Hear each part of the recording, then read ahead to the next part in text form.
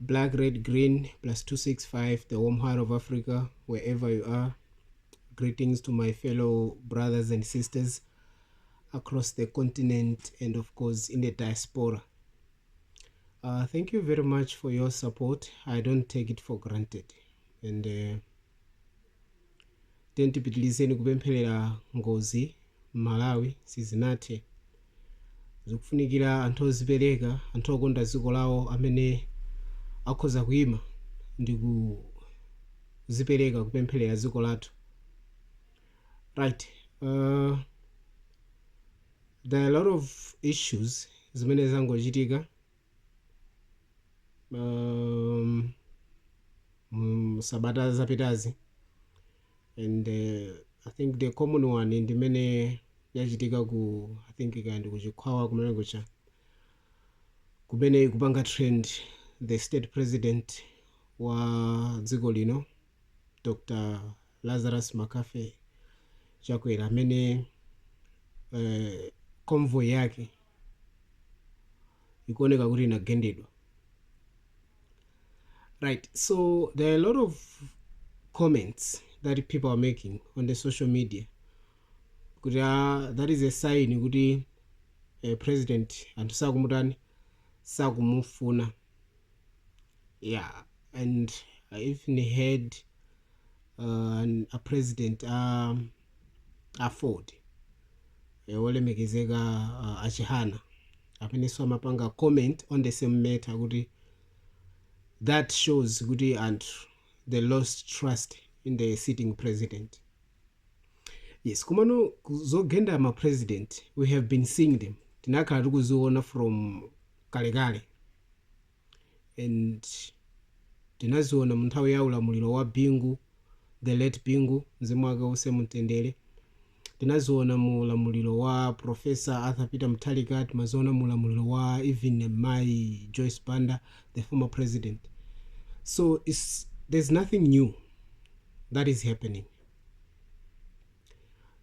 Yeah, so kukamba chimene chacho pa conference, instead of giving Malawians what is the manifesto of Aford, kwa ineyo I don't know, komano kwa ineyo in my perspective I don't see kuti it is necessary. Kuti we are in a desperate situation as I am speaking now. Kuti we need leaders who can transform Malawi. Now, instead of giving Malawians kuti ife tikatenga boma in 2025 we are going to do ABCD, they are coming with the issues which really for me is immature. Kwa ineyo I don't know kuti fali sali ndikaganizidwe kake nti. Komano kwa ineyo it sounds like we still need matured politicians. For the whole minutes given on a convention ndukamba ma points ngata amene achawo, kwa ineyo we are not even ready kuti tikhoza panga transform dziko lathu. For we are so obsessed in these zinthu zimene cannot change Malawi. Okay, I'll give an example kuti if the convoy inagendedwa, then what? What do we get from that? And even anthu amene anagenda, what did they get? So kwa ineyo really doesn't sound kuti we are doing enough. So it's up to Malawians to choose, and there's a possibility kwa ineyo ndikuona kuti pali kuthekera kuti mwina Aford DPP, UTM ndi UDF they can go in a coalition again. But I've been saying, guys, this thing of coalition government is not working for Malawians, because these people are going there for their own problems, not for the problems of Malawians. That is where the problem is, because each and every political party has got its own manifesto, and has got its own people amene akuziwa zoti ineyo tikakalowa mboma lelolo we are going to benefit from abcd tikapeza matenda akuti now anthu aja akabwera pamodzi chifukwa yake timapezeka kuti we are not progressing enough chifukwa yoti aliyense afuna kuti apange please members ake, right? I'm not against the decision which might be taken by Aford, DPP, UDF, UTM kubwera pamodzi ndi kufoma alliance koma it shows kuti we are not going to transform Malawi. However, I did like what he said olemekezeka achihana kuti we cannot by this time still depend on donors. Komano in the context kuti mmene chuma chathu cha dziko linolo chikuyendera, we have no choice. I'm telling you, we have no choice. Even titanena zoti Professor Arthur Peter Mutharika abwere akhale president lero, he cannot run away from donors. That we should know. Komano, I think the point should be kabwerekedweko kodi are we borrowing moti zikutithandiza kapena tukubwerekera for corruption. So no any president, African president, will run away from donors, either from China, from Russia, from Eastern Europe, but that is borrowing.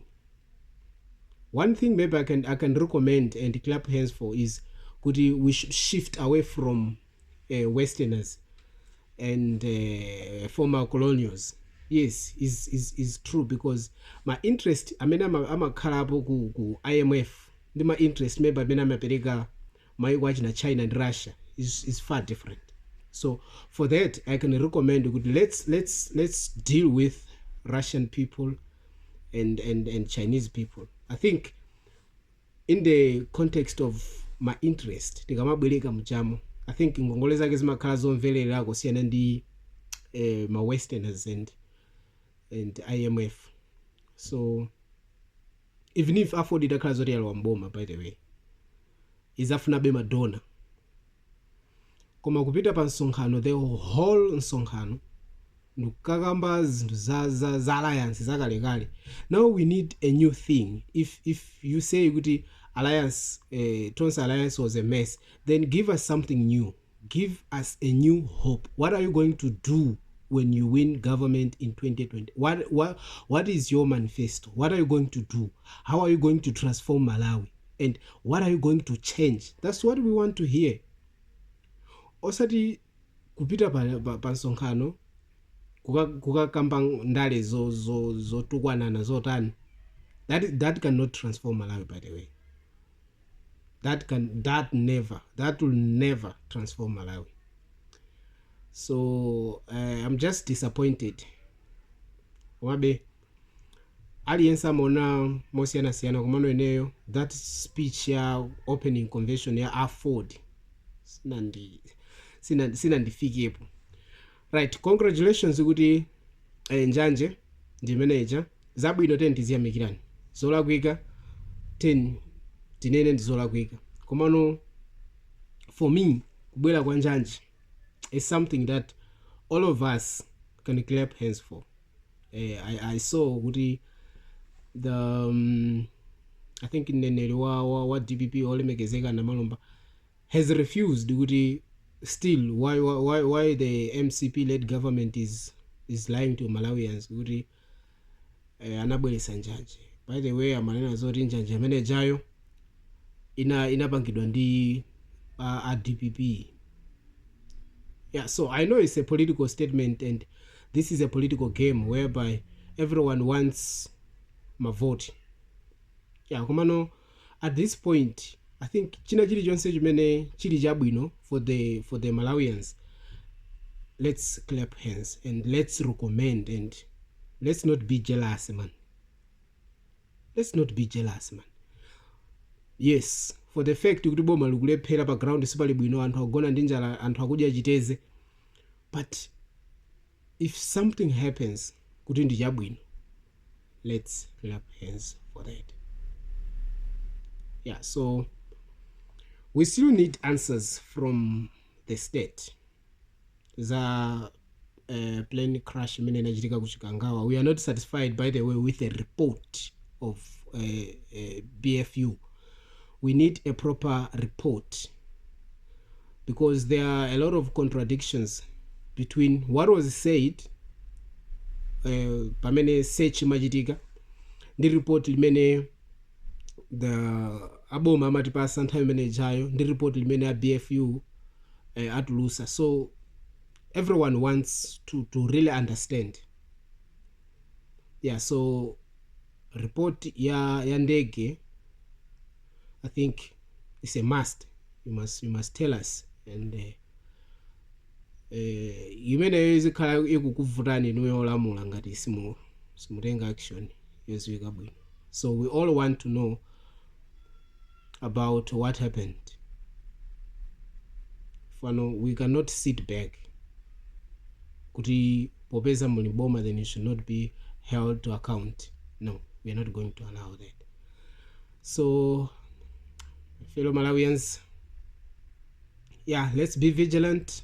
And nale nakale kuti andale they will try by all means kuti tenga ife wachinyamata kuti we should work for them. Komano akalowa mboma amayiwala kuti we were there for them, and kuti apange pursue agendas athu samapanga. So let's avoid by all means. I know kuti pali ma sponsored social media platforms that are given money to discredit so or so and so. Is wrong, because one day it will come to you where simuzachikonda kuti anthu ena ake azikunena nimwina zinkhani zimene niwo simunapange, right? So there are a lot of social media platforms who are using propaganda to discredit other individuals, either in the state or wherever. Komano for the fact, kwa munthu wina aliyense amene amakonda dziko lake, kwa munthu wina aliyense amene amakonda Malawi, let's avoid kupanga discredit munthu. Let's avoid kunyoza, kulankhula montukwana munthu motani. It's not going to change Malawi, by the way, and it's not going to make the price of maize to go down. Yes, so nangofuna tipangene highlight. Thank you very much, and don't forget to like, don't forget to subscribe. Sharp.